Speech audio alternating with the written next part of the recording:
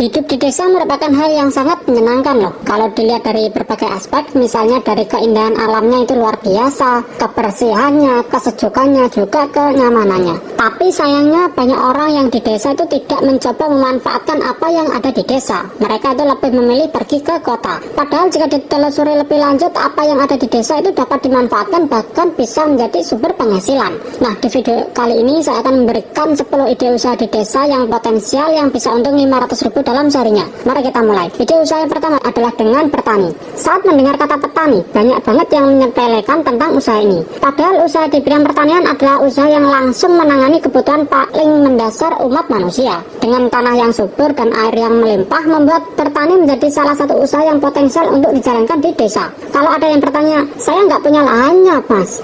Jangan cemas. Di desa itu banyak banget lahan-lahan yang disewakan atau paling tidak bisa kalian garap lahan punya orang lain dan bisa berbagi hasil dengan yang punya lahan gitu. Jadi dengan begitu kan ya sama-sama menguntungkan kan. Nah, selanjutnya ide usaha yang kedua adalah dengan usaha menjual aneka bibit yang siap tanam.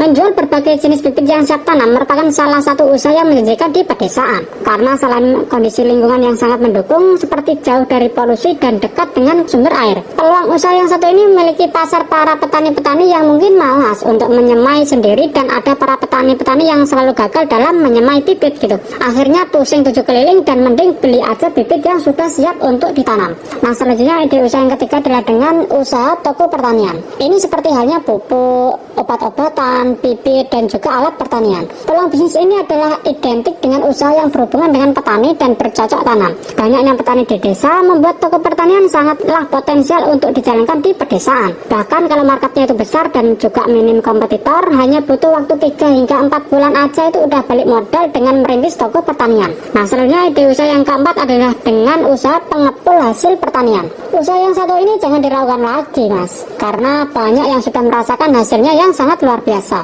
Pokoknya dua hal yang sangat penting kalau ingin jadi pengepul yang sukses adalah modal dan juga promosi. Modal itu harus siap dan juga punya koneksi dengan petani dan juga koneksi dengan pembeli sehingga ekonomi itu cepat berputarnya gitu. Nah, selanjutnya ide usaha yang kelima adalah dengan usaha jual beli batu. Jual beli batu mungkin masih asing ya bagi kalian, tapi jual beli batu itu sangat potensial untuk dijalankan di desa karena di desa itu masih melimpah batu-batu yang tidak termanfaatkan.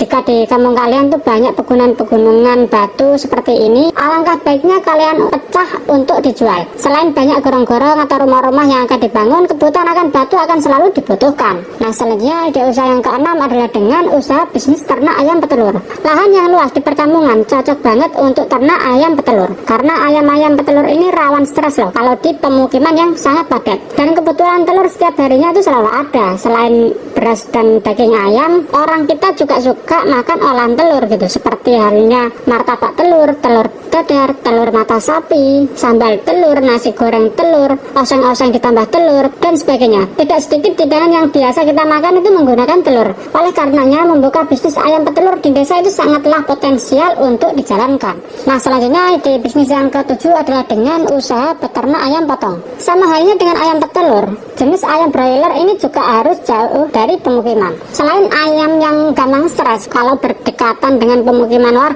warganya juga ikut stres kalau di pemukiman ada yang memelihara ayam broiler gitu.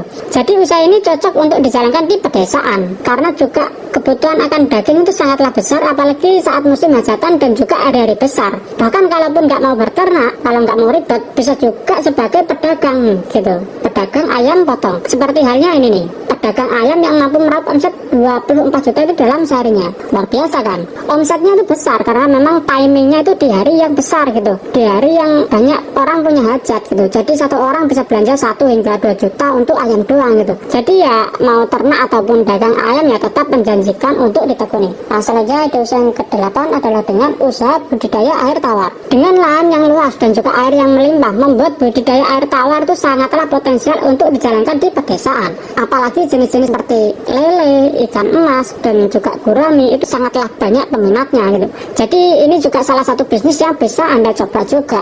Nah, selanjutnya ide usaha yang ke-9 adalah dengan usaha pembesaran kambing. Dengan lahan yang luas, gunung-gunung yang asri, banyak sekali rumput-rumput yang segar, jadi ya sangat cocok sekali untuk melakukan usaha pembesaran kambing di desa. Biasanya pembesaran kambing dilakukan 6 bulan sebelum lebaran haji, karena pembelian sebelum lebaran haji itu harga kambing masih relatif murah. Setelah kambing dibeli, berikan makanan yang bergizi seperti 4 sehat 5 sempurna, itu agar kambing-kambing ini saat lebaran haji ini menjadi montok-montok dan segar-segar gitu, karena saat itulah kambing-kambing ini siap untuk dijual dengan harga yang relatif lebih mahal gitu. Nah, selanjutnya ide usaha yang terakhir adalah dengan usaha wifi. Membuat usaha wifi di desa merupakan salah satu peluang usaha rumahan yang sangat menguntungkan, apalagi saat ini orang-orang banyak membutuhkan koneksi internet, dan di desa jarang sekali ada fasilitas wifi yang gratis, tidak seperti di kota yang mungkin banyak fasilitas wifi yang gratis. Jadi usaha wifi di desa masih sangatlah potensial, apalagi di zaman internet seperti sekarang yang apa-apa itu serba daring gitu.